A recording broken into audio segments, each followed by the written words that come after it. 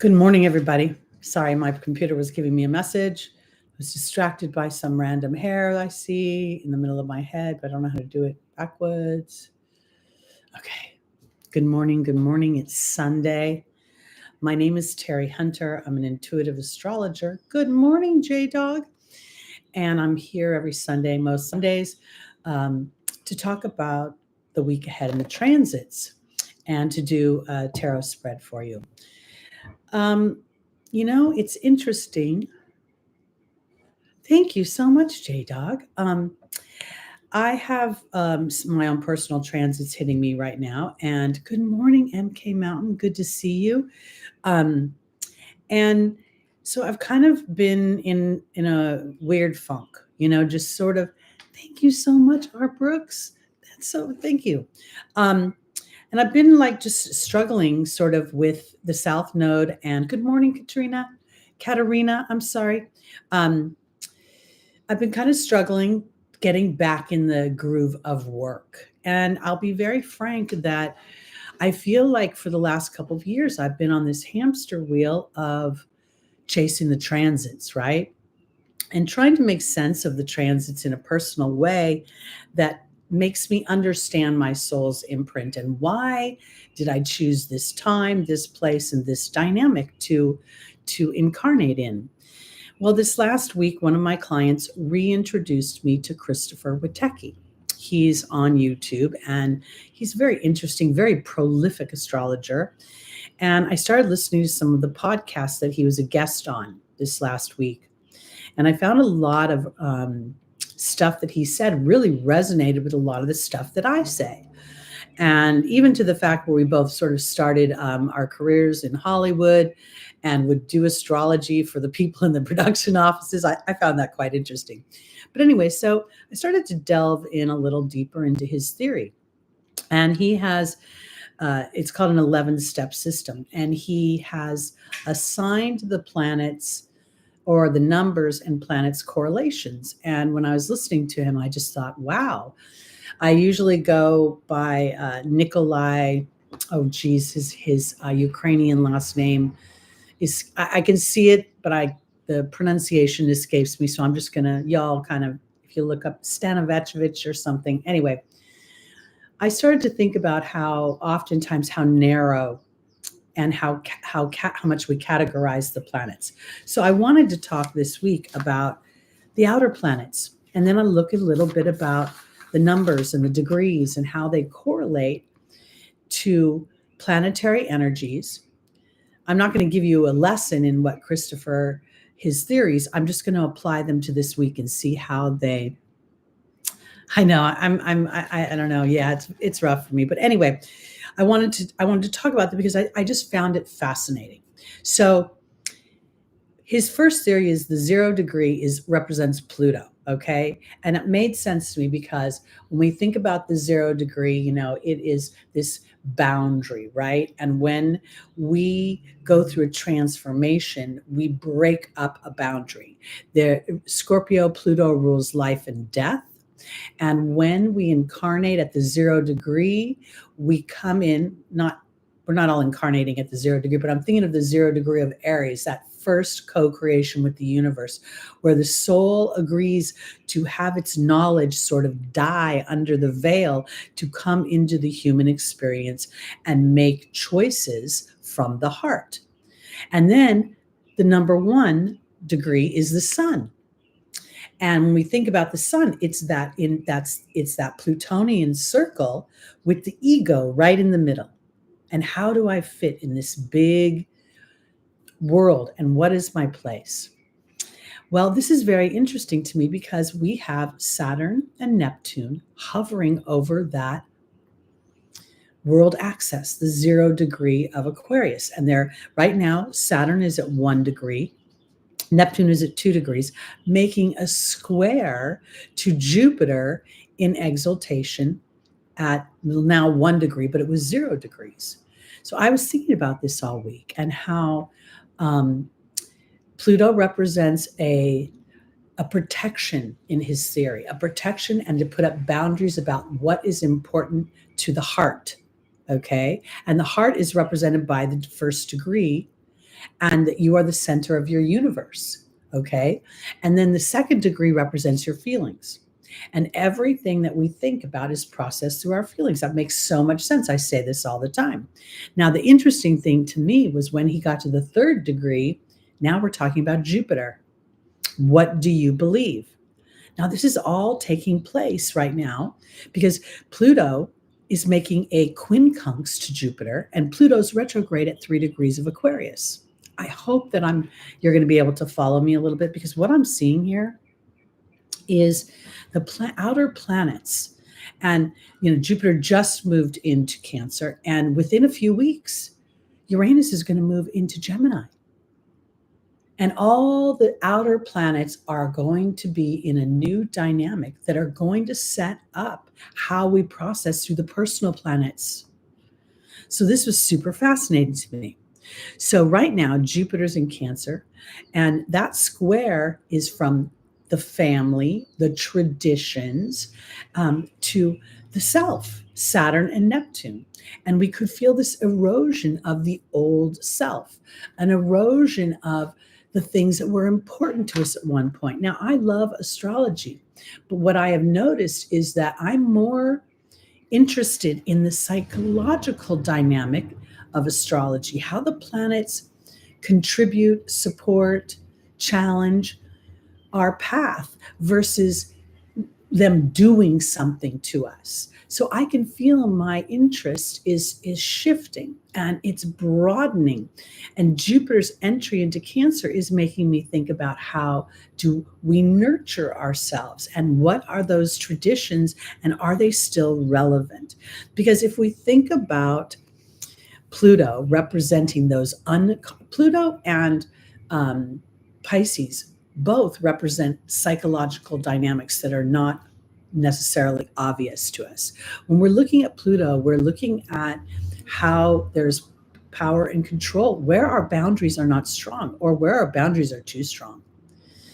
And so when we are looking at that, we are examining that normally through human fear, through what the heart is trying to protect itself from.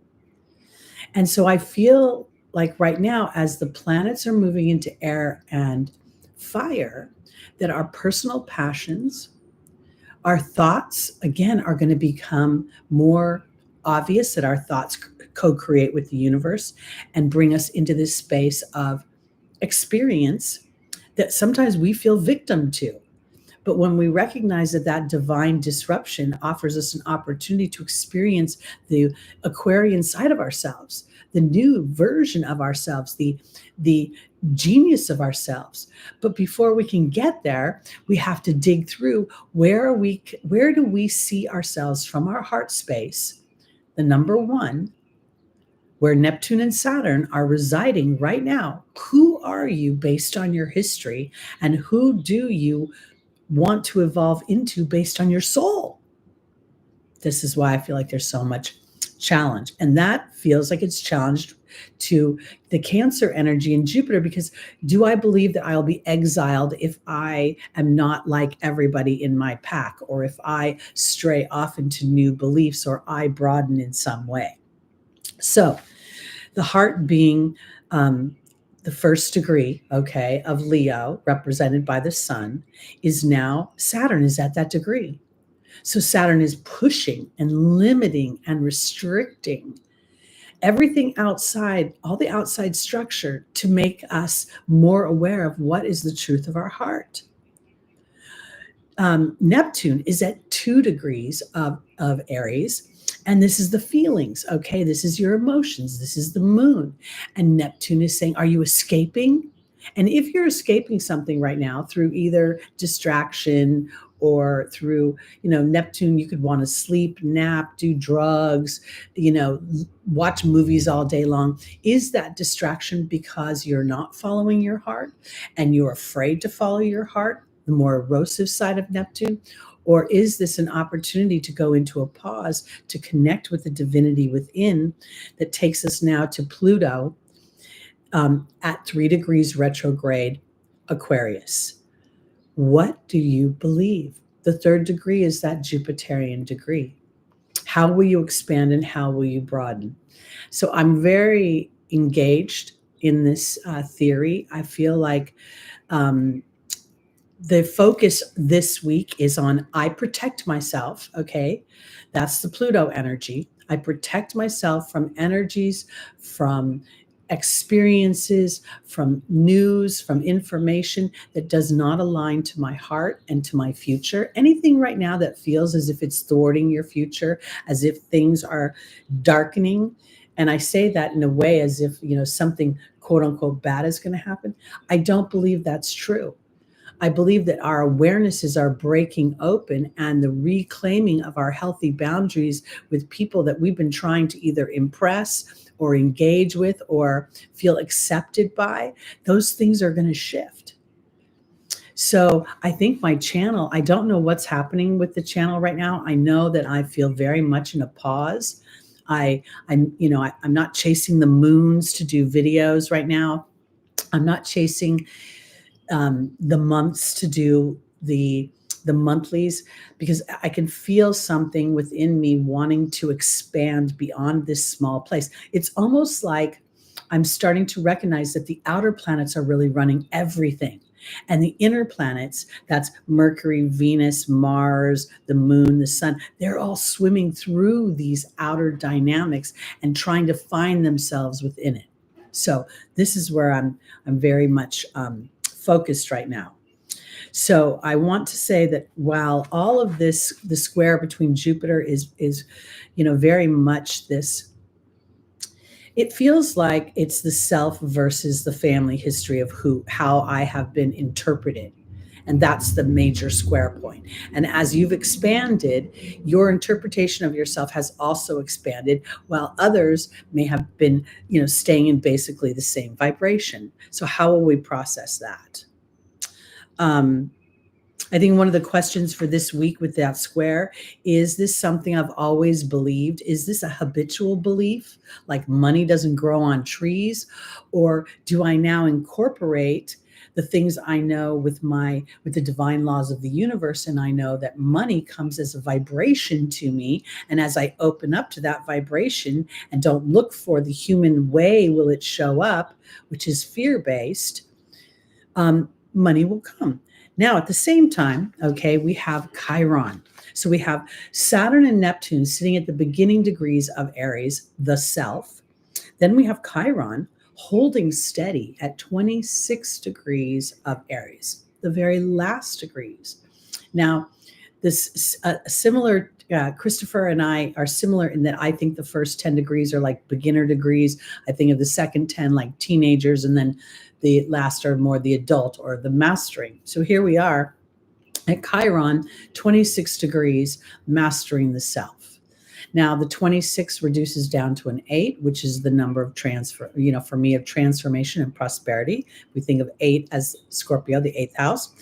But in Christopher's theory, we have the 2 representing the moon and your feelings. Now the 6 represents Venus. And how do I open up to things? How do I, what am I opening up to? Because when we've been told something our whole life, like my dad used to always say, you're so sensitive, you're so sensitive. And it made me feel like a crybaby. It made me feel like I was a pain in the ass. And that's a story I've been told that I've adopted as a belief over my lifetime. And I think right now, with all the contractors and the way they've been showing up, I've been rubbed up against with feeling like a pain in the ass when I know I'm actually being very cooperative. And I feel like initially I victimized myself to that energy. And then I started to recognize this was the divine disruption that was allowing me to redefine what I really believe about myself, square between self and family, Cancer and Aries, Saturn and Neptune, and Jupiter. And then to revisit that. Now, it doesn't mean just because you recognize it that it suddenly goes away. What it means is it gives you an ability to start to focus your thoughts and to recognize when your thoughts go into default and when they go into intention. And you may feel about that because it's not easy. And that's where the Chiron energy can now transform into the gift. Chiron is in a growing square to Mercury. And as that square grows over the week, it's going to actually be an exact square next week, but that's where I think the illumination of the mind and our thoughts and the loop of our thoughts. And whenever I say that, I think of Eckhart Tolle's Power of Now, because we absolutely have a loop of thoughts that has been imprinted in our brain. And unless we're aware of it, it will run amok, and it's a background loop that is connecting to the universe and bringing in the dynamics for your experiences. So I think that we, by the 15th, Mercury will be at 13 degrees. Today Mercury's at 13 degrees, and I think by the end of the week, the 22nd, Mercury will be at 24 degrees. So we will feel that tension that's going on. Mercury is also in Cancer. Okay, so thoughts of home and heart. There's a whole theme right now in these stars. Now, I'm not addressing Mars and Venus at this moment, but about who am I in compared to who I have traditionally been or expected to be. I think that it's very important this week to open up to the idea that while we can go look at our history, it cannot be rewritten. So does it actually serve you to go back to it to try to figure out why it happened? Or do you look at it now and reframe it as an opportunity to walk through something familiar to your soul, but process it in a new and different way? All right, now let's talk about Uranus, okay? Uranus going through Taurus. Taurus is very much a family house. Now, in Christopher Witecki's theory, the planet Earth rules Taurus. Now, that made sense to me as well. I was thinking about how much humans are so small-minded in some ways. You know, the ancient astrologers were only looking out as to how the stars outside them would affect them, not thinking that we are a star to those stars out there, the Earth plane. So I really liked that. Now we know that Taurus rules family history, and Uranus rules the future. So here's Uranus at 28 degrees of Taurus. Now, I know that reduces down to a 10 for me. So those last 2 degrees are always very focused on my thoughts. But here now we're seeing the 2 represent my feelings. Once again, the moon. Now the 8 in Christopher's theory represents Saturn. And I thought it was so interesting how he described it, because it's taking the Pluto 0 and then squishing it in the middle and limiting it. You know, that boundary has become aberrated in some way. So Saturn in his theory represents, what do you decide? So Uranus is going into Gemini next month. We're going to feel these last 2 degrees. By the 17th, Uranus will move to the 29th degree. And the 9 in his theory is the planet Mars. So feelings, moon, Mars, action. Will you take action based on the truth of your feelings versus a reaction to your feelings? There's a great opportunity for liberation, and not because you're suddenly getting away from an old story, but you have come into understanding. If we think about Aquarius ruling and Uranus rules Aquarius. So Uranus rules experimentation. It rules, a hypothesis that then is worked through the process so that it can help humanity. If we think about our wounds as part of that process, the initial coming into this density of the earth, forgetting that we are souls inhabiting a physical experience, then being under the influence of other souls, feeling that density. And now Uranus is giving us an opportunity to come into an awareness of that and then use it as a tool to fly into your future as it moves into Gemini. I think that's super important. Uranus wants to live an authentic expression of itself. And Taurus, in this moment, to me, representing the voice, my opinion, my self-talk, even in some ways. Because when we think about it ruling our self-worth, there's a lot of self-talk attached to your self-worth. So here, Uranus is offering this opportunity to transform the old, by taking actions based on the truth of your feelings and your heart, and being able to discern whether those feelings are based on outside sources approving of you, or your inner knowing, the resonating of your soul, supporting the endeavor that you're wanting to move forward. On the 18th, Mars will move into Virgo. And, this, when Mars moves into Virgo at the 0 degree, this is a very powerful time, because anytime you're at the 0 degree, there's an opportunity to implement boundaries of some kind. Here, I think this is boundaries of the inner critic, boundaries of the inner perfectionist.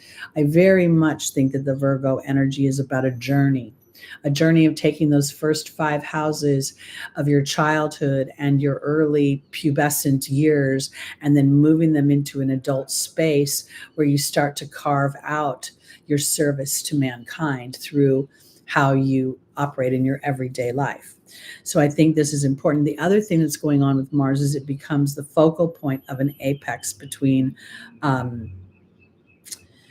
Pluto and Saturn and Neptune. So this is so fascinating to me, because Pluto offering that transformation in the Aquarian energy, and retrograde no less. And Pluto and Mars have been having conversations for months now, as Mars was retrograde and then forward, blah, blah, blah. Now it's finally, got some speed. So be mindful of that, because the blind sides of the quincunxes this week is something could creep up on you that you're not expecting. And Mars is also making a square to Uranus. So the outer planets are all teeing up for a second half of 2025 being, really pivotal, and pivotal in such a way where the bridge between earth and water and air and fire becomes almost like I almost feel like I'm in the tropics and I'm on one of those wobbly like rope bridges. And when we have confidence and we can see the other side and we don't look down, we'll traverse that much more easily than if we try to implement old structures that give us a sense of false security. Okay.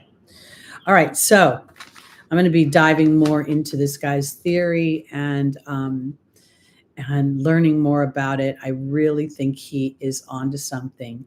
And then it gives life to, as the planets move from degree to degree, rather than just looking at them in one big category, we're going to get more definition and more clarity on the focus of the planets at that time. And it's going to be pretty pivotal. All right, let's get into the readings. And I want to wish everybody a happy Father's Day. If you have a father, if you are a father, if you are the father to a fur baby, and if you're just a man in general, well, happy Man's Day. Let's just call it that. And let's jump in with our Geminis. This is the last week of the birthdays. If you're a late born Gemini, what was I just about to say? I know there's something going on. Oh, Small Wildflowers just texted me saying she wasn't going to make it today. I didn't see this until earlier. Oh my goodness, she's been hospitalized. Say prayers for her. She's got some stuff going on physically.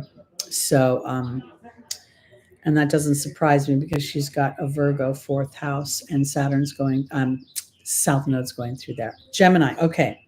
Sorry, I got distracted by her text. I don't usually answer texts in the morning on Sunday. All right, let me pull up the transits. What did I want to say about Gemini? Something's going on there, more than just the Taurus energy. What was Uranus doing? Squaring Mars. Hello, thank you very much. I think she will, J-Dog. I'm going to check in on her a little bit later, but I'm pretty sure that these are things that she, my instant vibration was not to negate the physical aspects of what she's going on, but she needs a self-care. And if she has any energy at all, she's just giving to others. So this may be where the South Node is actually kind of pulling on her a little bit to slow her down, to give her an opportunity to self-care and to redefine what's important for her, and what she needs moving forward. All right, let's go with our Gemini. So, and Gemini and that Uranus had nothing to do with the Mars thing. But in any case, all right, I'm all over the place right now. Let's just start. Gemini, rising, moon, sun, and stelliums. Moon most powerful for me. Let's see what Spirit has to say for this week.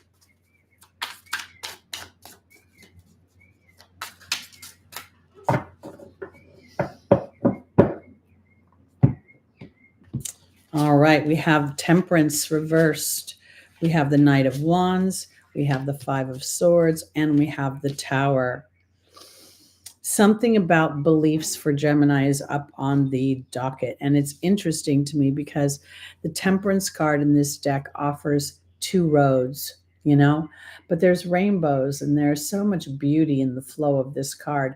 This card is often considered Jupiterian. And yet when we look at it, we see that the character's got her right foot in the moon. And it's in water, no less. So this is very, very powerful for being aware of the flow of your heart and to start to really dig a little deeper. I really think this is an important time to decipher between what you believe because you've been believing it habitually and what do you believe about moving your story forward.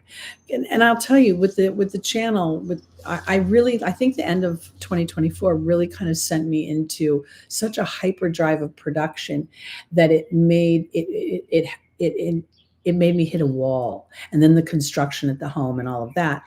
But at the same time, that interruption has clarified more for me the direction I want to take my astrology, because I don't want to just be like the planets, this is happening to you, that's not happening to you. I don't think that's important, because Gemini, the Knight of Wands, is about inspiration right now. It's about in many ways having that hero energy for yourself, regardless of whether or not other people agree. The Five of Swords in this particular deck, look at the swords all pointing to the heart. There could very well be you're overthinking and you're not feeling the passion of your heart. And this is causing an unexpected crack up. This is very Uranian. The Tower brings in something unexpected. Most tarot card people refer to the Tower as Mars. I do not. I think it's Uranus. In the traditional Rider-Waite deck, we see that the lightning bolt, which is Uranus, hits the Tower. It blows up and throws the monarch off their crown, and that's very rebellious. That's very Aquarian. So here, there is something going on with Gemini where there are two roads for you to pick. There's two opportunities for you to nurture and support a belief. Will you go down the old Saturnian side of your story? I have to, I'm obligated, I'm responsible for others other than the self. Or will you allow a broadening, of what you believe? And as you take care of yourself, unexpectedly, you help others. Now I'm going to pull, I don't want to end this on the Tower card, especially since it's Gemini's birthday month, because I want to get a little clarity on what that potential unexpected thing is. And we get the Seven of Wands. This, to me, in this particular deck, feels like it's taking command of my heart, my lion. The Leo energy here feels very strong. Now, we don't normally think of the Seven of Wands as Leo. We see a guy who's defending himself. But this feels like the guy's no longer defending himself. So, Gemini, I want to offer this too, because the natural nature of Gemini is to consider two things, the twins, to work in tandem in some respects. So if you can take this Temperance energy and think that one road actually feeds the other, the way the water is flowing, then you don't need to release anything or jump over here in some sort of resistant energy, but rather it would be a natural transition onto a new path, kind of like merging onto a new highway. All right, I hope that made sense for you. Let's go on to our Cancers, rising moon, sun, and stelliums. Now, the square to Saturn Neptune it's important because it's a tension. It's a fork in the road that affords you an opportunity to discern if the family dynamic with which you were raised upon is still applicable today. When I'm mid-century modern, when I was born, there was a rotary phone, okay, literally a rotary phone, only one per house usually, and only one line. There were only 13 channels on the television, but life has progressed. And I want to offer this because will you progress with it, using your history to support your future versus using your history to run around and tank your future? I can't because I can't because, my previous experience has said this to me. That's not necessarily true. And that's Jupiter. That's the tension. Because Cancer, you're going to feel that in your first house and your 10th house.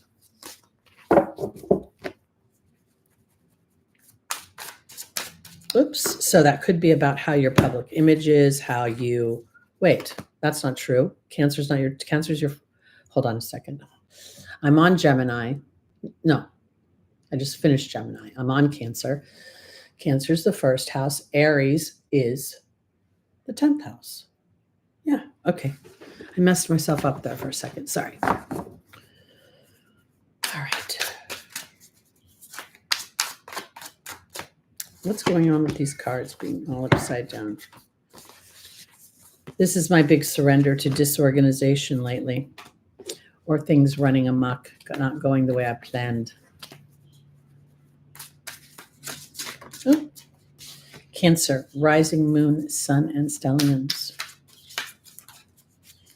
I really believe that even if this week is a little tense, as we get Jupiter further and further into the sign, it's going to bring such great bounty to you to set your intentions and to sort of, think about what you really want. I think is super important. And this is digging a little bit deeper than what you think you want. Okay.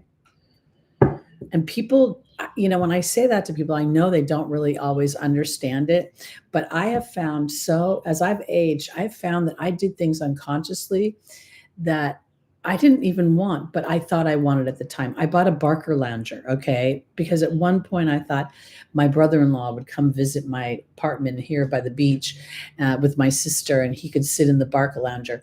I had that Barker lounger for like 4 years before I realized I hate this thing. Why did I buy this? This is not my taste. So this is a very huge defining point. Okay, Cancer, let's see what Spirit has to say for you. We have the World card. We have the Knight of Swords, we have the Prince of Swords, and we have the 10 of Wands. The World is very much where the Fool has come into the Saturnian awareness, but this time there's reward attached to it because it understands the rules, the boundaries, the limitations, the history. Now, we have the Knight of Swords in the opportunity of the obstacle, and then we have the Page of Swords. This is kind of funky because this feels like the tension. The Knight of Swords is the teenage version, but Spirit is with the Prince of Swords. New ideas are coming into the forefront of your mind, and you may initially feel a sense of burden. We've got this 10 of Wands here, but there's also the Bear protection that you can see here. This is where I'm going with this. My Cancers, God bless you. You have this, and happy birthday coming up. You have this dynamic within your heart where your love for another person is often subliminally the love you, or subliminally given to another person, because it's the kind of love you want to receive. I feel like the World card is offering transformation by being slightly more transparent about exactly what it is you need. And rather than feeling like things have to get spiky and kind of like a little bit edgy, I feel like there's new ideas that could come in how to express this. These two sword cards are, there's a young energy attached to them, and with the 10 of Wands, it could feel like a bit of a burden in how I want to communicate. And sometimes, Cancer, you get yourself you're so worried about the other person that by the time you do get to express yourself, you're sort of worked up in a way. And I feel like the transformation that the World is offering is to understand the landscape of what you know. And then to recognize where you are coming in feeling a bit burdened by your own self-expression. Let me pull one more card. And there's the Six of Cups. This is lovely. This to me is this week I want to offer that you could come into an awareness of an old story, an old dynamic, an old way other people view you, and you're done with it. You're like, I don't want to be the person that always remembers your birthday, but you never remember mine. I don't want to be the person that is always considerate of your feelings when you're not considerate of mine. And then I think that the key for this week is, rather than to feel burdened by it, take yourself out and enjoy some childlike fun and frivolity. And within that, there is an opportunity to experience contrast and self-care. And I think that is going to be the theme of Jupiter in Cancer, is how do we self-nurture?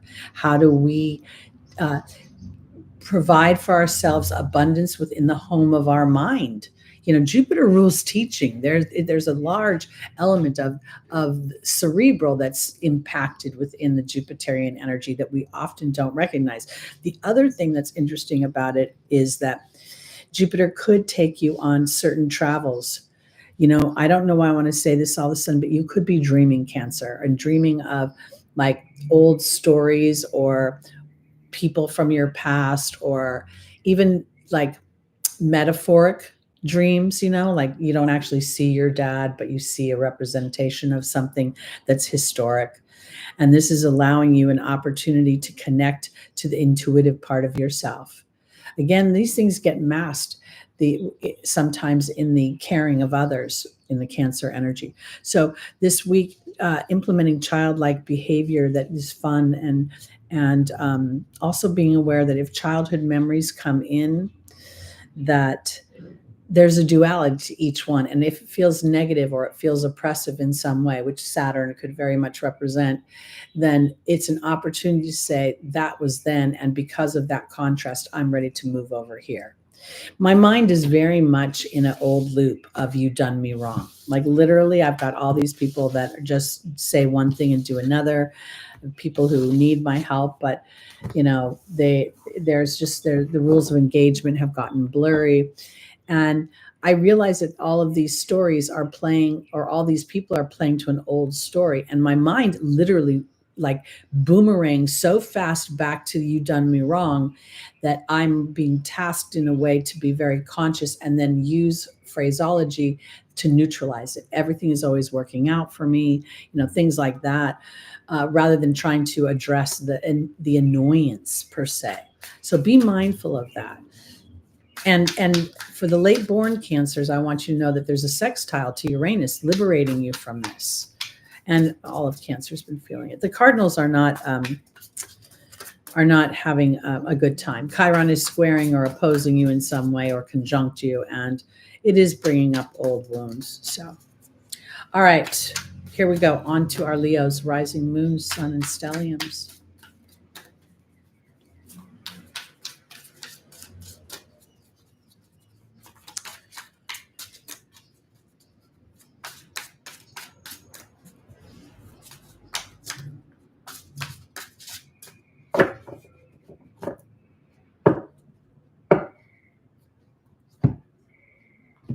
All right, Leo, we have the Knight of Swords, we have the Five of Swords, we have the Fool, and then we have the Three of Pentacles.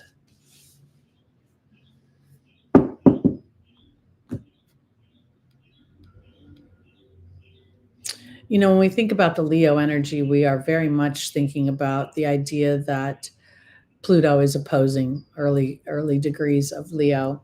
And I think that's powerful, because Mars has been transiting through Leo. It's at the late degrees now. And Mars is actually on Regulus. So Mars could be very much feeling that royal energy. But here's where I'm going with this for my Leos. There's something about teamwork. There's something about being willing to, and I really want to say this for my Leo moons, okay? Because when you're a Leo moon, you're very loving and very romantic and want playful, fun, enjoyable, joyous, experiences. And the Knight of Swords to me is like just he's pissed off. It really feels like it's pissed off, and that seems to be supported more by the Five of Swords than anything else. And if your mind, that's representing the swords, are beating your heart up because you rule the heart, Leo, then its spirit is asking you to go on a journey and to open up your heart. Look at that moon, open up your emotions. The crocodile, the alligator, it rules history. It's ruling some Saturnian energy there deep below. And yet the stars are permeating above, especially the North Star. So I think this week's spirit is literally asking the Leo energy to come into tandem, to come into cooperation with their soul, with their team, with the divinity within, and not to allow the ego to self-sabotage the story. There's a feeling here where that Knight of Swords, you're ready to run. You're ready to just, either lob off heads. I'm done. I've had it up to here. I'm not doing this anymore. I can't take it. And yet at the same time, with that Five of Swords, which is a win card, it's interesting. It's an argument where you win technically, but you don't win because the people that the opponents don't necessarily acquiesce. So I think this is a fight with yourself and your own heart. I think this is where maybe you're even thinking, I've been a fool or I've been a chump, because, there's the Fool card, but this is a deeper vision of your future. And then just the sea turtles are here. So, sometimes things don't happen in the exact timing that us humans want it. And if you think about timing, often it's just something, if I know when it's going to happen, then it appeases my fear. And fear is not ever appeased. Faith is supported. So here, this is coming into alignment. This is Mars in Capricorn. Technically, with this Three of Pentacles, it's coming into alignment with the bravery of taking action from your heart and allowing that to somehow neutralize the impatience of some experience, wanting it now. And I want to say this too, because oftentimes when things take a bit of time, quote unquote, we can see in hindsight the beauty of the experience, the beauty of the marinating of whatever the experience was. So this is really a time when the soul is being tasked to open up more obviously to the human ego so that they can work together. All right, let's go on to our Virgos, rising moon, sun, and stelliums. Not easy right now to be Virgo. Nothing in the Virgo energy is easy right now with the South Node transiting. And having Virgo representing so much of our everyday lives. And I agree with Christopher and others have said this theory where Chiron is actually the ruler of Virgo, not Mercury. And that makes perfect sense to me as well, because Chiron was the ultimate healer, knew everything about herbology, was a wonderful and skilled warrior, was able to traverse 2 different communities and find his place and be of service. So when we're looking at the South Node transiting through the first house of Virgo, and if your moon is Virgo, whatever house that is tasking you on some level to be emotionally aware of your truer needs rather than the initial muggle human needs that we are imprinted with. When you're a little kid, the first thing your parents, oh, good baby, don't cry, baby, smile, baby, and we're constantly being coached into showing up in ways that appease others' emotional bodies. That's important to look at, because when Virgo or anyone can recognize that, then we start to say, but if I can learn how to self-soothe, then I can be more effective in helping others to self-soothe. Joanne, I think you were trying to say Small Wildflowers. Small Wildflowers is having a bit of a health issue, and she has been in the hospital. I think she's having a gallbladder thing. Let me just take one more quick peek, and then I'm going to do the Virgo reading. So everybody, if we could say prayers for her. Oh, she's going to have surgery on Thursday to put a stent in her gallbladder. Well, at least they're not removing her gallbladder. It's not good to remove it. So we definitely, and she's her blood pressure, I guess, has been a bit high. So they put her on stuff. I think she might be home now because it says I've been in the hospital most of the week. So she might be home, which would be good. But again, here she is. I thought I could push through, but I'm not feeling well because she's always pushing through. So Spirit is tasking her with not pushing through. And that's one of the things that I've been struggling with because I feel Saturnian in wanting to push through to my old routine and at the same time surrendering to the evolution of what my work is and who I am. So we're all going through this. All right, Virgo, rising moon, sun, and stelliums. Yeah, don't have your gallbladder out, people. It just fucks you up eating the rest of your life. Your gallbladder has a very serious job in there, and you can't have any fats without your gallbladder. It's not easy. Okay, let's see, Virgo, where we're going. We have the Hierophant. That's very much the Taurus energy, very much also a belief energy. Look at this guy. He looks like he's dressed in religious garb, and he is connected to the stars. Even during the cold, when things aren't easy, he's protected. Lightning, that you see the lightning bolt on the bear. As you feel protected by spirit, you will have some sort of illumination or something will come up. We have the King of Swords. That's our Aquarius energy. We have the moon, and then we have the Knight of Wands. Okay, for my Virgos, I want to offer this. You may very much this week feel a sense of frustration because what you have believed in for so long, what you've counted on, the structures that you've done, the things that you're used to doing, they're not working. They're not landing the same way. And I think this King of Swords is really very much compelling on some level to look to the future.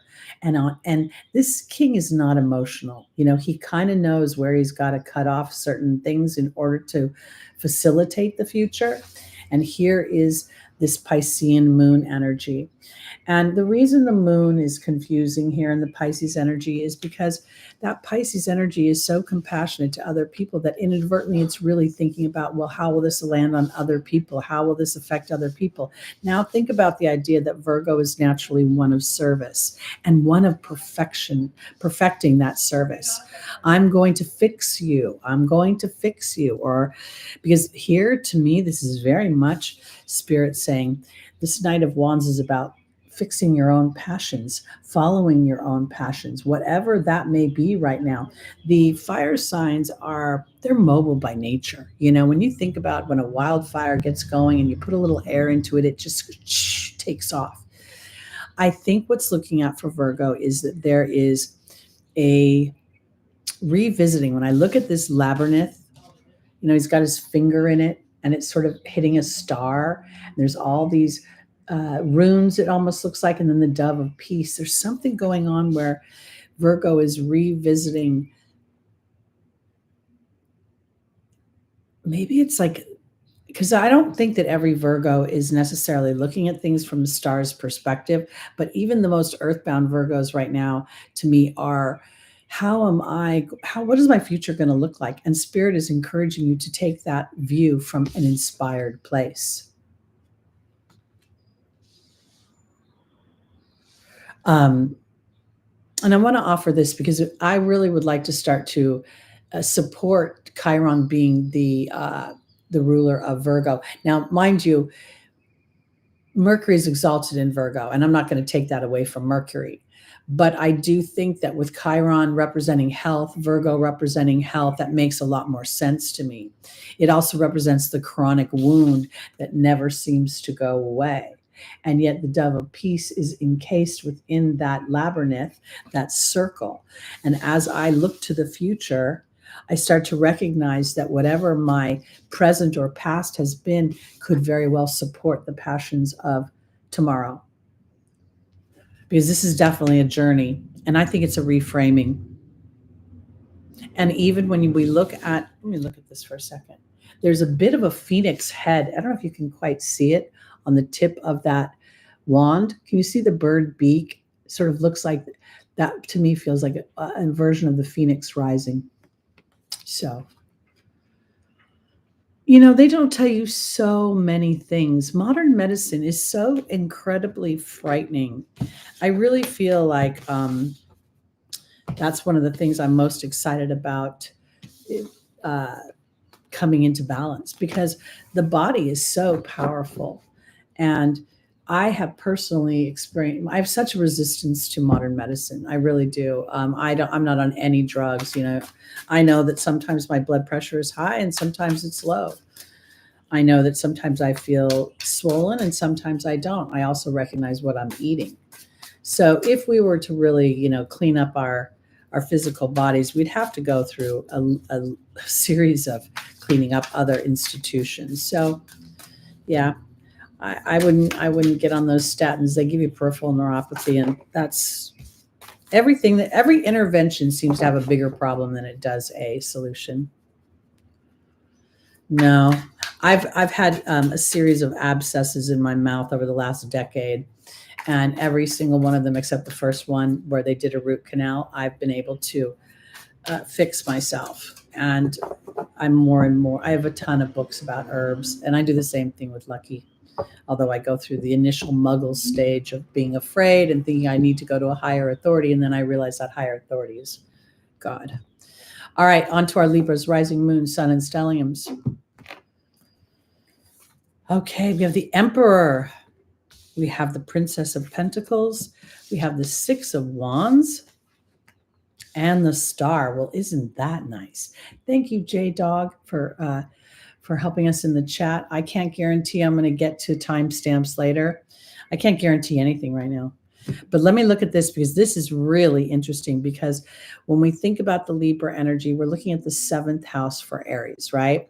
And we're looking at the idea of Libra fostering peace and harmony and a sense of balance and fairness. When we look at the Libra energy, we're looking at civil servants, we're looking at our policemen, we're looking at the people that work in the court systems, lawyers and stenographers. So here, the reason I'm saying this is because in the Aries energy is Saturn and Neptune. And I think that this Emperor is representing that energy. And there's a sense of duality right now for our Libras, because the two horses to me are sort of representing the Neptune-Saturn dynamic, where I'm like, well, there's my history. And if I do what I want to do now, will I lose something? Will it be erosive to me? Will it be, will it take away from me? Because the Princess of Pentacles for Libra wants something very much in the earth. And she wants to feel a sense of inspiration and victory, and a sense of, I want to say this because the Six of Wands is where the character has been through the wars and now comes back home and is celebrated. And I think that's part of what's going on for my Libras, is that as you individualize, I always say that the Libra and Aries axis is two me's coming together to create a we. And within that we, we're still feeling that sense of individuality, that sense of individual accomplishment and fulfillment, because we have the Star here. And the Star is one of faith. It's one of vulnerability to the future. And again, we see the toe tipped in the emotional body. So while the Emperor is very much here connected to the things of the earth and feeling like the king on some level, there's a sense of individuality that is required here for my Libras, a sense of understanding the duality of each experience, every individual. We even see here the sun and the moon coming together at the top and the star in the middle. Something is being birthed of the self. And when we think of what is the Aries energy, it's that peace and harmony that you're creating for yourself within partnership. And the partnership to me is not necessarily with another human, but with your heart and with the permissions that you give yourself to individualize within a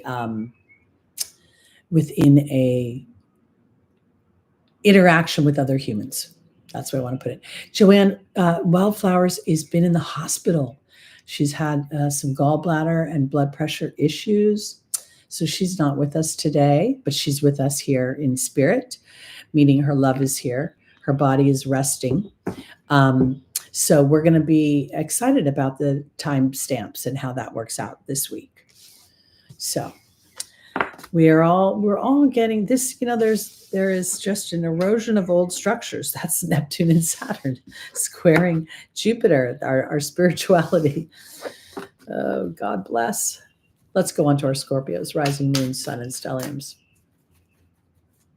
They don't tell you so many things. And you know that the medical industry is the only industry that has been redesigned through the decades so you can't sue your doctor for not knowing what he's doing.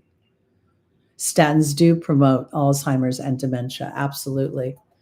So much of what they have been, the pharmaceuticals, this is the part I'm most excited. I really want these people to go down.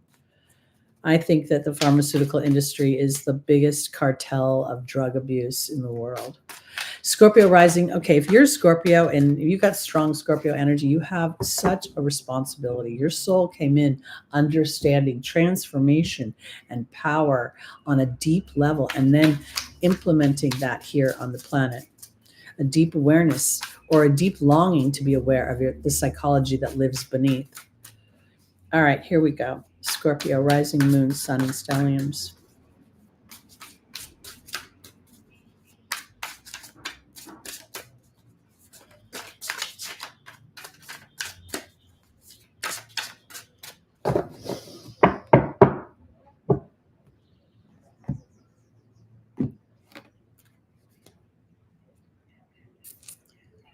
See, there's so many beautiful things that you can do. I have so many books and so many things on. I've been doing natural medicine for years and years before the internet. Okay, we have the Wheel of Fortune for our Scorpios. We have the 10 of Pentacles. We have the Chariot and the King of Pentacles. Wow, what a powerful spread. The Wheel of Fortune is really, it's a 10. And it's where the wheel is always going up or down, up or down. And oftentimes the human will think, I know, great cards for Scorpio. The human muggle mind will think, ooh, this is happening to me. But the seasoned professional, the soul understands that as the wheel goes up and down, there is an alert, an awareness. What is my focus? Okay. Because all the elements are here. All the angels are surrounding the four corners. In this particular deck, there's a strong Native American vibe to this, where all the elements are represented. And even to the coyote that sits beneath, because that's the trickster that will tell you that if you can't see the progress, that the wheel isn't spinning. But that's not true, because here is great abundance and happiness. Something's coming into the material. And here's the victory over the two sides of yourself, Scorpio. Literally, I've been going through what I think is a spiritual stretch in the sense of I've had a series of, literally character assassinations and character victim-y people trying to, make me the bad guy. And at the same time, what I recognize, and partially because of astrology and partially because of my age, I don't need to defend myself to those people. They are clouding themselves through their version, because something's coming into the solid for you. And I want to offer this. It feels like money too. So somewhere the Scorpio energy is becoming aware of the nature, the cycle of things, and is now starting to command the earth through that Chariot energy. Now, the Chariot energy is the Cancer energy, right? And here in the Angel's Advice, we're going to focus in on the idea of the intuition, the stars, trusting your intuitive knowing more than you trust what you can see with your eyes. Because as you trust what you know with your heart, you'll start to be in command of your material experience. The King of Pentacles is a very strong energy for manifestation in the physical. And it is a Taurus energy in the traditional Rider-Waite deck. So to me, that's using your own skills. And part of those skills are trusting an intuitive nature to you. The reason that Scorpio is the greatest criminals on the planet is because they know how to twist They know where your holes are. They know where your fears are. It's why Yoda, made Luke Skywalker go into the cave and battle his demons, because it wasn't Darth Vader he was battling, it was himself. So this is part of what's going on here and part of what the Scorpio energy represents. And when that's been mastered, which is why Pluto is the 0 degree in this guy's theory, it makes perfect sense, at least to me. Having healthy boundaries around your own particular ego keeps you from being susceptible to other people who don't have your greatest interest at heart. All right, let's go on to our Sagittarius. You're welcome, J-Dog.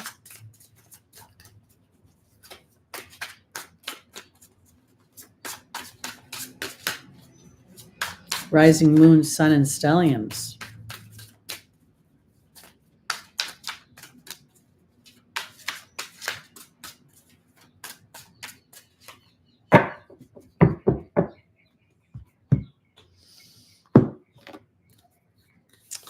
All right, we have the Prince of Swords, the Wheel of Fortune, the Prince of Wands, and the Two of Swords. All right, well, it looks like Sagittarius is going to have to make a decision of some kind. And this Prince of Swords is always new ideas, but also potentially disagreement. The two crows, when I see them, and with the sword right in the middle, for some reason, this was like something divided, like, and I also, in my mind's eye, I could hear the crows cawing. And I feel as if this might be two sides of yourself, Sagittarius. It might be, here we are, your ruling planet is moved into Cancer, where it is in exaltation and has the greatest opportunities to revisit so much of that Cancerian energy and to decipher. This might be about deciphering. Sometimes we can look at a distasteful experience and actually really feel blessed by it when it's over, not when it's happening. Because somewhere the Wheel of Fortune is turning for you. And for me, it feels as if it's giving you some sort of insight and clarity about what you want and about coming from your heart. When we're looking at this Prince of Wands, we're looking at the infusion of fire, the infusion of an idea, inspirations. And now it's time to make a decision. And I want to offer it this way, because this Two of Swords is ringing back to the sword between the two crows. So somewhere, Sagittarius, I think that you're going to make a decision based on what is most authentic to your heart, and then start moving yourself literally in that direction. First mentally, and then emotionally, and then physically. And I think it's even that process that Spirit is wanting to support. Because when I look at the Prince of Wands, it could be the Sagittarian energy, but the fire sign is very passionate. It's really, of all the fire signs, Sagittarius is the most, easygoing about it. Leo and Aries are much more forceful. But here, when I look at this deck, it's like Spirit's going, it's time for you to grab onto your passions, to make that decision, to stop telling an old story of some kind, and that old story feels like it's further evidenced by the color of these moths. And they're kind of interesting because they're not like normal butterflies. Those little legs seem to be almost tethering in some way. The mind is an interesting thing. One of the theories Christopher Witecki talks about is that the fifth degree is ruled by Mercury. And in doing so, it's almost, the more challenging, because it's the gatekeeper on some level, but between the heart and the other steps. And in that, the mind can literally talk you out of what your heart knows is your right path. And usually when the mind does that, it's taking into consideration the neighborhood, the community, and all the information that they provide. So, hi, Crystal. Welcome from New Zealand. We are on our way. We're going to hit Pisces pretty soon. We're almost there. We're going on to our Capricorns. Then we start with the birthday month and work our way around the Zodiac every month, because I just don't like to do Aries to Pisces all the time. That's why Pisces feels invisible, because it's always last picked. Yes, we're on to Capricorn. Here we go, our little goats.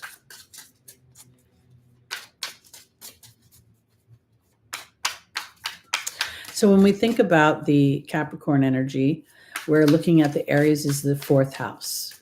And here's your ruling planet Saturn sitting somewhere on the very bottom of your chart and bringing up your history, you know? And in that, there is an opportunity, because this is the thing about the history. History can be good, history can be bad, but history does not have to repeat itself when you have an awareness about it. We may inadvertently start to take actions or see ourselves repeating history, but the discernment is always the beginning moment of transformation. Okay. So if you find yourself, because this morning I was like, oh my God, listen to my Who Done You Wrong story. I got like 5 people, boom, boom, boom, boom, boom. And they're all men. Mars is making a square to Uranus, unexpected annoyances with the male energy and the Mars energy Mars is like at 29, 28 degrees of Leo right now, which puts it on Regulus, which can make Mars extremely uppity. Like Mars is the shit, I know everything, which can make that square very exasperating, depending on where it is in your chart. So I bring all this up because when we can look at these things, we can literally see. I mean, my poop hit the fan the minute Neptune moved into Aries, and it came within 3 degrees of my south node, and that was the end of March 30th. And by April 4th, this weird stuff started happening, and everything started to feel like it was slipping away. Now I bring this up because it's a recalibration, and Capricorn has been going through a recalibration for years. And as Pluto left your first house, it's now in your second house, and it's transforming your skills. It's transforming what you want for your future. It is transforming your money on some level and potentially how you make your money. So let's see what Spirit has to say. Because that Aries energy is so important, because that Aries energy and Saturn and Neptune there, and then how it's squaring your 7th house and then opposing your first house, it's like a T square. And in order for Capricorn to truly feel at home, to feel nurtured, to feel a sense of belonging, it's recognizing or starting to discern between what has been given to you, what you feel obligated to, what you feel responsible to, versus what you want to build and create and feel rewarded by. We have the Magician, the mind, of course. The 7 of Swords, your history, and also feeling a bit on your own. The 2 of Swords is a decision, and then the King of Pentacles is here. All right, so this is why I really do love my Capricorns. I don't know why I do, but I do, even though you can be a total pain in the ass. God bless you. You are becoming into more awareness with the Magician in your mind. Literally, your thoughts are things. And I think you're going through this Saturnian period of really looking at how your childhood shaped your mind. If we look at this stag, we see that the younger version of the stag with no antlers and all the swords that are in the water, the emotional body. There's only 2 swords that are clearly standing on land. So this is definitely a process. And Spirit is asking you to continue to make a decision to come from the moon. Look at the crescent moons all over this card. There's the moon in the sky, there's the moons on the handles of the swords, and then there's the moon that is reflecting into this girl's, it's almost very similar to the 7. Can you see that? Where they're both looking into a reflection. And as you do that, you become the king manifester of your life. So let me be more clear. As Capricorn, because you're so good with being enduring through certain things, you're so good at, the taking the high road for the long-term gain. The Magician is making you aware that your thoughts are things and that you have all the tools you need to manifest. If you are not manifesting right now, then the Saturn-Neptune conjunction in the sign of Aries, the self, is reevaluating how you've been building. And Pluto moving into your 2nd house is saying that it wants you to transform how you make your money as you come more closely into your genius and the things in your heart space. Money, security, material. The thing about the Capricorn energy is it doesn't like potential. It doesn't like concept. It wants to see it in front of it there. The King of Pentacles is inferring in this spread that if you can think it and you can focus on it, it will show up in your material world. Your job is to decide if you're going to focus on your history or on your future. Kind of that kind of sums it up. All right, off we go. On to our Aquarius's rising moon, sun, and stelliums.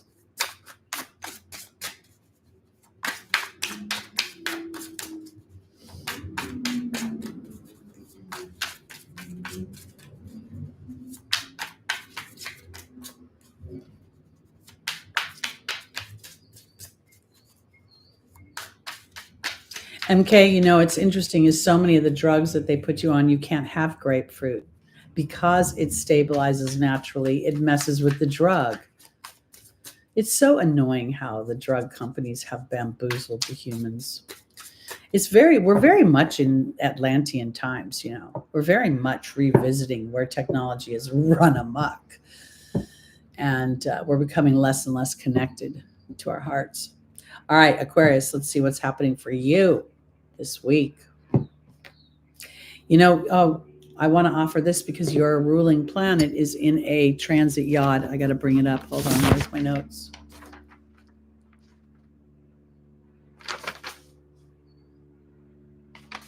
Where did I write that down?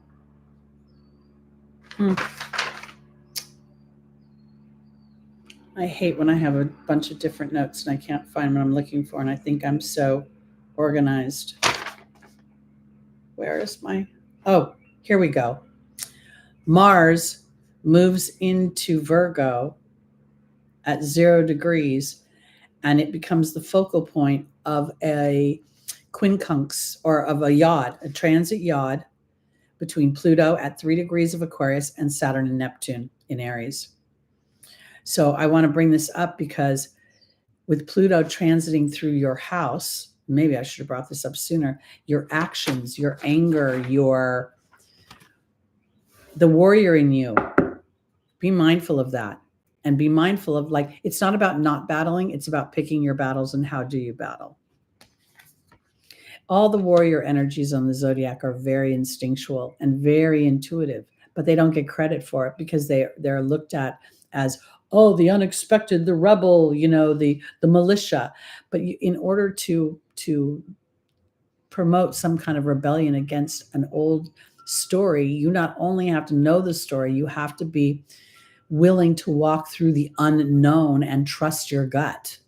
So Aquarius, we've got the Chariot, we've got the 2 of Swords, we've got the Fool, and then we've got the 5 of Wands. Whatever you are starting to want to birth, endeavor, the first thing they're saying is there's always going to be 2 sides to every story, okay? The Cancer energy is very much an energy of winning. This is considered a victory card, but it's victory over polarities of some kind, victory over I almost want to say the ego over the higher self. The dominant energy within the Chariot is the Cancer energy of the moons as his protective armor and the stars as the canopy that he rides towards. So when you trust your heart, when you trust your future, when you trust that, yes, you're going to go through a situation where you feel a sense of maybe an old story and a new story, but it's time for you to decide to truly pick the new story from your heart. Because it doesn't matter whether there's competition out there. It doesn't matter if there's other people that are doing the same thing. There's a million astrologers out there. And maybe some people have 1 million followers and some people have 100 followers. It's not about the followers. It's about the relationship you're starting to build. And then as you build it, your world will expand and open. Again, all manifestation starts with the heart and belief, not action and thought. So as you wrestle through action and thought versus belief, then there will be no competition. The 5 of Wands is very much a card of feeling like there's a lot of other people out there. And there's the 3 of Cups, celebration. So I think what will end up happening is you'll understand that the relationships that you build and the way that your viewpoint is, or your perspective, will start to resonate. I think Pluto is very much a favorable energy. Pluto initially feels very difficult because Pluto's extracting the toxicity. In Christopher Witecki's STEP program, the 0 degree is known as the executioner and is, as I said, ruled by Pluto and Scorpio because it's willing to protect the heart and kill off anything that is not supporting the heart. So while Pluto is trining your sun, your heart, and it's trining your Jupiter, your beliefs, you're literally getting an opportunity to align to a deeper truth of who you are and your expansion. It's really a beautiful transit. I have my Jupiter being sextiled by Pluto, and my South Node is sextiling Pluto right now. A lot of my history is being triggered of who I am on a soul level. All right, on to our Pisces, rising moon, sun, and stelliums. We're getting almost to the end of our broadcast. Try to keep this little puppy at an hour and a half. If any of you happen to jot down your own timestamp and want to put it in the comments, it would be greatly appreciated.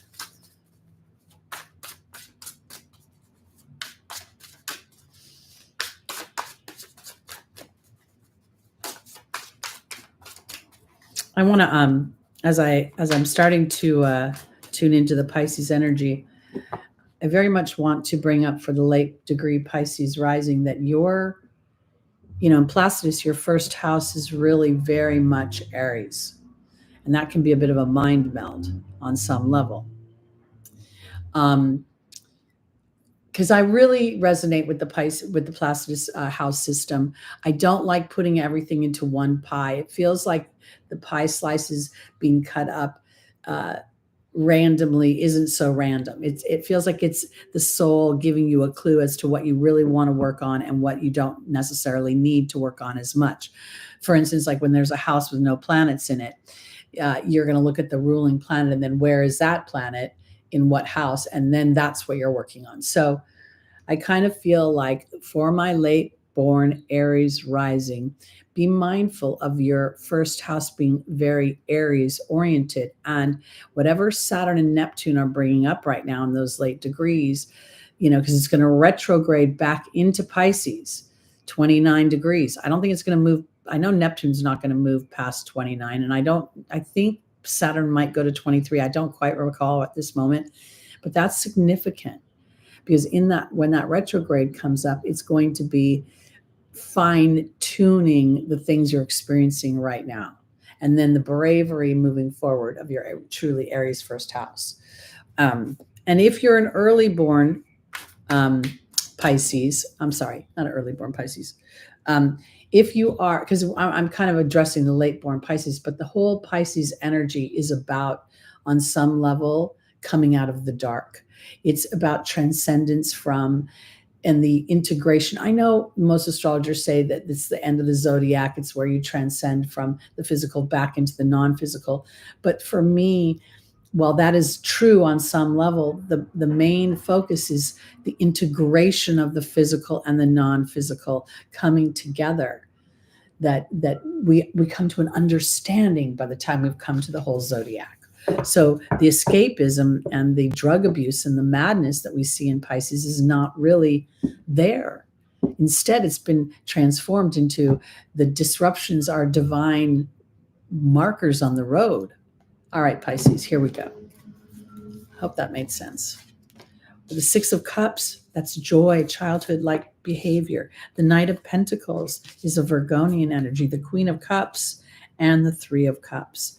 So this week is you could potentially be thinking about your childhood. You could be thinking about how you were raised, but also this is very much reflecting a childlike innocence, being willing to travel and to fantasize and to have that, I just suddenly saw Mary Poppins, and when Bert takes the children's to Uncle Arthur's, I love to laugh, and they go up to the ceiling, because there's something about, for my Pisces, bringing the childlike dynamic of trust, innocence, faith, the world is a good place. It's about grounding that into the physical experience through your intuitive knowing and your compassion. The Queen of Cups very much understands on a mature level, her emotional body. And this Knight of Pentacles is a Virgonian energy.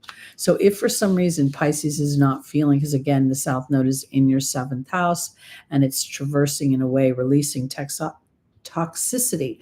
But I think there's wisdom to be had, because when I look at the Three of Cups, while it is a celebration card, it is very much a card of wisdom. We see the 3 faces of the woman, the 3 phases of the moon in many ways as we mature through life.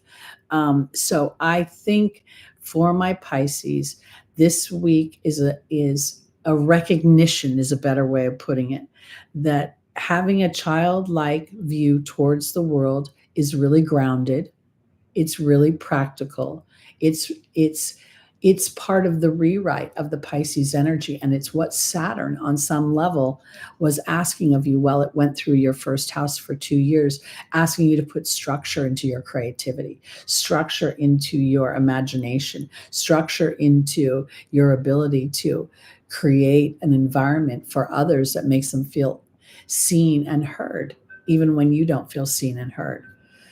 And I think that this feels like a very, very good energy for me this week. It almost feels like 2 things have come together to create something new, and it should be celebrated. MK, I think everybody's life feels a little bit crazy right now. I think that is the bridge between the earth and water and the air and the fire, because as we move forward and like technology is only going to get more advanced, and in that advancement we're going to run into energies that are very different than our own, and energies that have been practicing the universal laws. So when the breakdowns are coming, and I absolutely feel them, like, there's a part of me that is just like, have I abandoned my channel? I'm not producing any content. But what I also recognize is it's hard for me to discern what my heart wants to do when I'm implementing an old structure. I don't want to chase the transits anymore. I want to use the transits like tools to illuminate and empower, so that I can be like, okay, so there's a transit yod this week, and Mars is the focus. Mars is in Leo at those last degrees. Leo is the, on Regulus, of my heart. What is Pluto trying to tell me that I can't see? Where is there still toxicity? Where is there still power and control over me through my anger? And then we look at the other side, Saturn ruling the history and Neptune being there. So these things, because it doesn't matter where the planets are going if I'm still operating on the same belief system. The planets are so the reason I bring this up is because there's a part of me that gets to trust that the audience and the material will find itself together naturally as I transform. And so when we go through these shifts, I don't want to feel fearful of losing the old. I want to know that I'm building upon it. And rest is part of the story. Otherwise, you'll end up in the hospital. All right, on to our Aries, rising, moon, sun, and stellium. So we have two more signs to go, Aries and Taurus, and then we're done for today. I didn't even realize it was Father's Day until yesterday, by the way.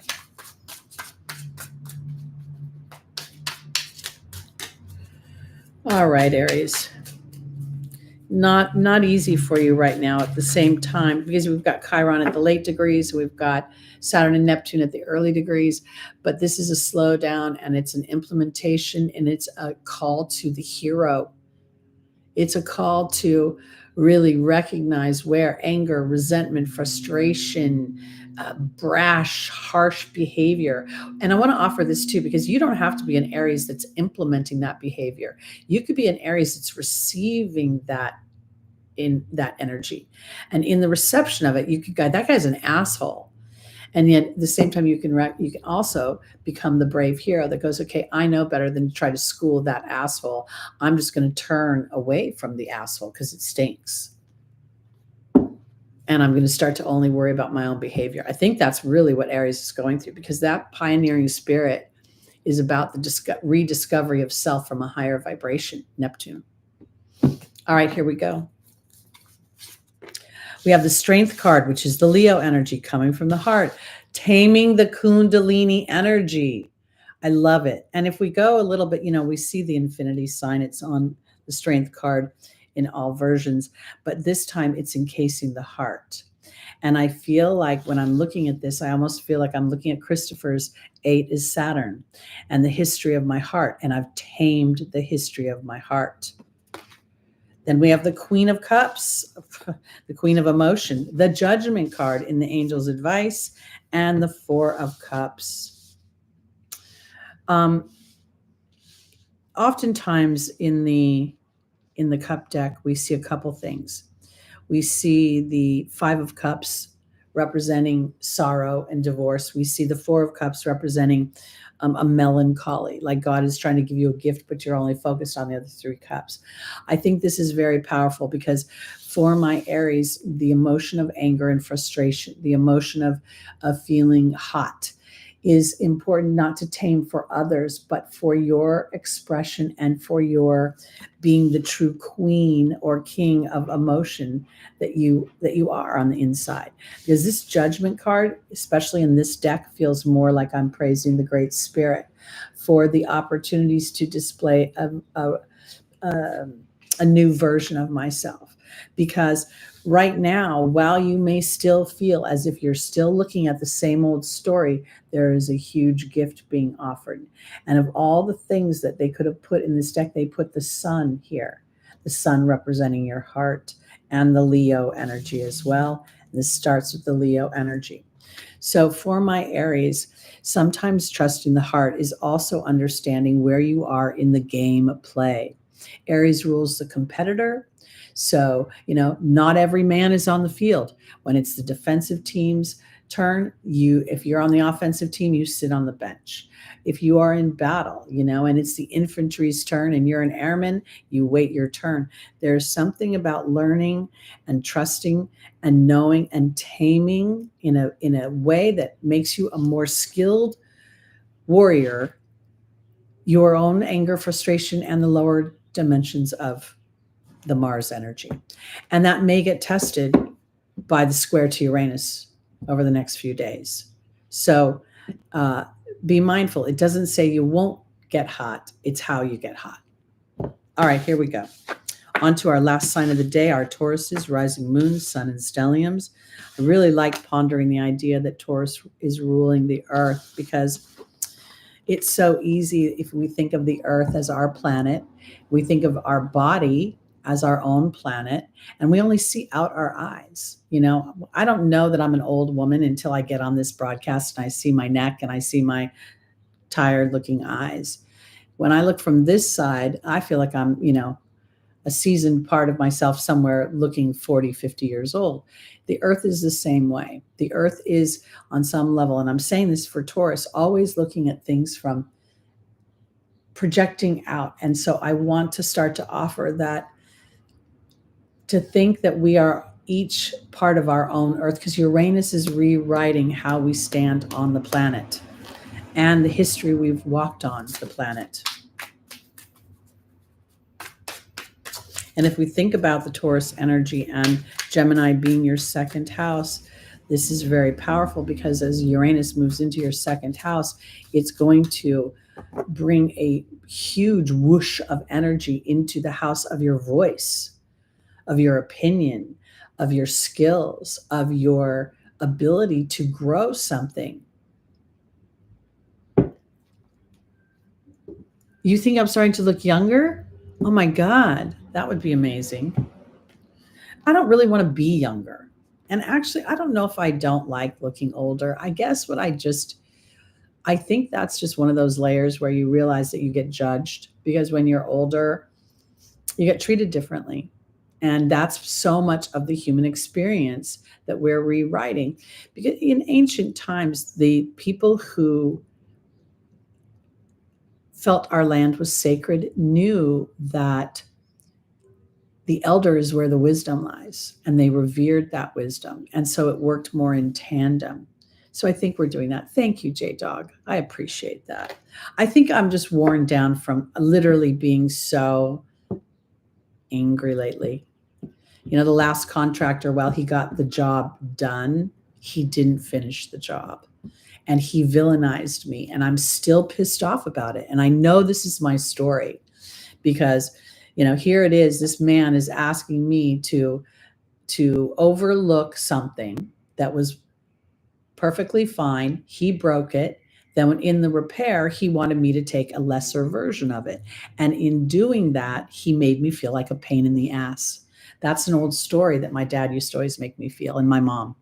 My mom used to tell me when I was a little girl that if she didn't have me, she would be a happy woman. And so I know on an intellectual level that my story is coming back. And it's so surprising that it would be coming back. Why now after I've done all this work? And yet at the same time, there's Saturn and Neptune on my South Node, bringing back my history of my soul. And there's Chiron sitting on my ascendant.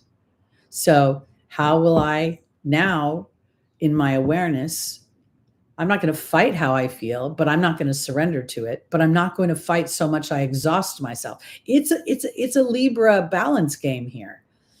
And so we're all going through that right now. Well, you guys are so sweet. I think the happier a person is, the more attractive they appear. And overall, I'm a very happy person. Well, fuck her, MK. I'm sorry. Screw her. And this means when I hear something like that, I recognize you as a higher vibration, because you clearly came in so that this woman could be accountable and be loving beyond her own choices. Yeah. Some people, honestly, I never had kids, and I don't know if I would have actually been a good mother. I'll tell you, I'm not warm and fuzzy. My Venus in Virgo is practical. It really is. It's like, you'll make it, you're fine. I'm not a hugger necessarily, but then I wasn't hugged much as a child. My grandfather used to hug me, and I used to like hugging him. But again, I think a lot of us were born into dynamics to help support each other as we got to a certain age, but also to help with the 2.0 version. All right, here we go. Final sign, Taurus, rising moon, sun, and stelliums.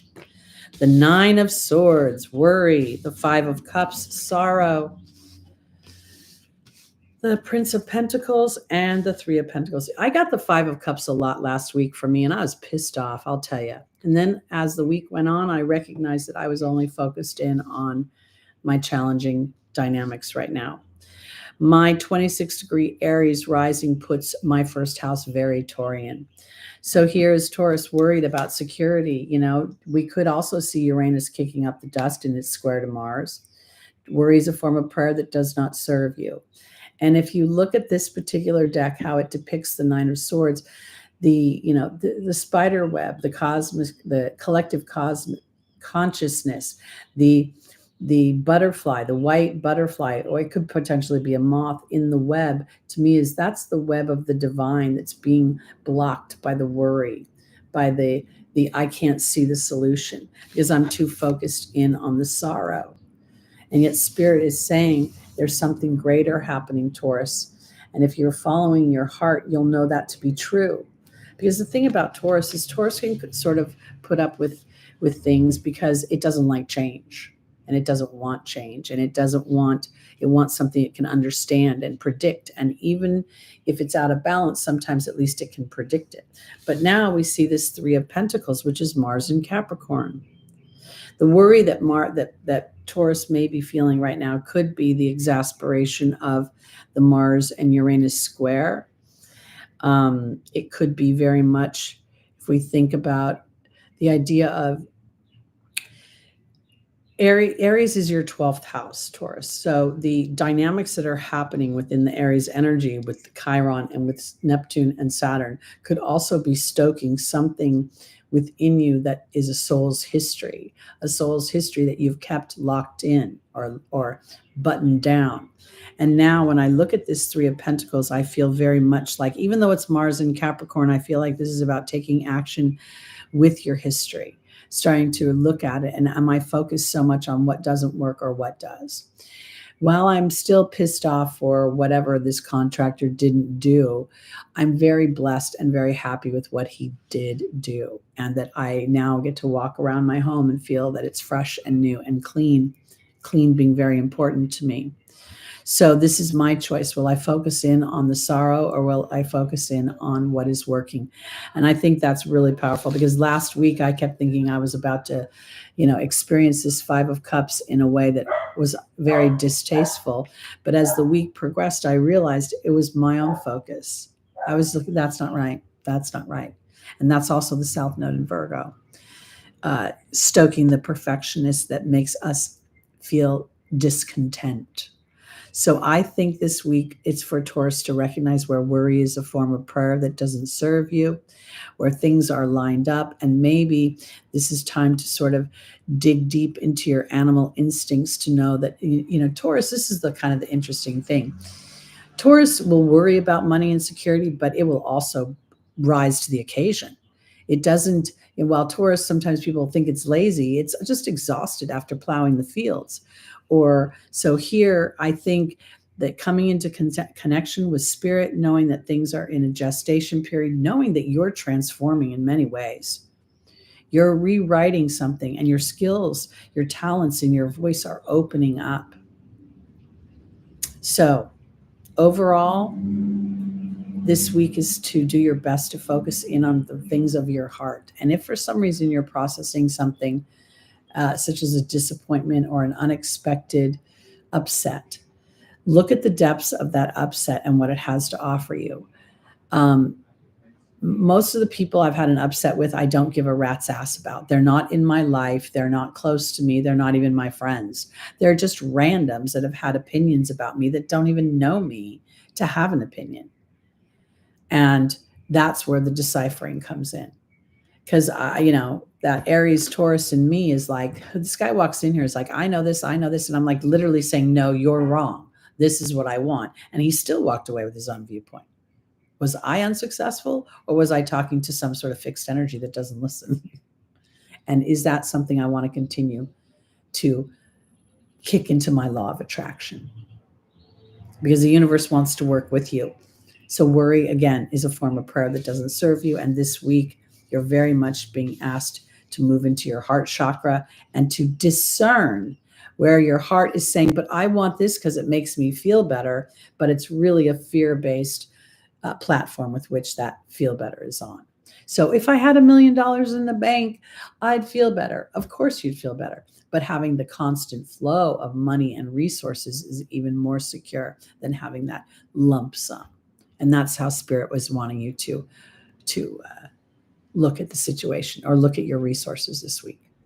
All right, everybody, that's it. We got a little over an hour and a half. I'll be back next Sunday, the 23rd, I believe it is, 22nd maybe. It's the 22nd. And we will be in our Cancer season and the beginning of summer. The summer of 2025 is going to be extremely powerful as the planets move into, they'll all be experiencing new energy by the time we get through July. Oh boy. All right. I'll see you then, everybody. And thank you for being so supportive. Thank you for being so loving to me. I want you to know I pray for you every night. I pray for each one of you to experience peace of mind, because if you feel peace of mind, pretty much everything else is rolling. And if you would say prayers for small wildflowers, not only for her peace of mind, but the peace of her physical body and its expedition in getting back into balance. And I'll see you next week. Peace out.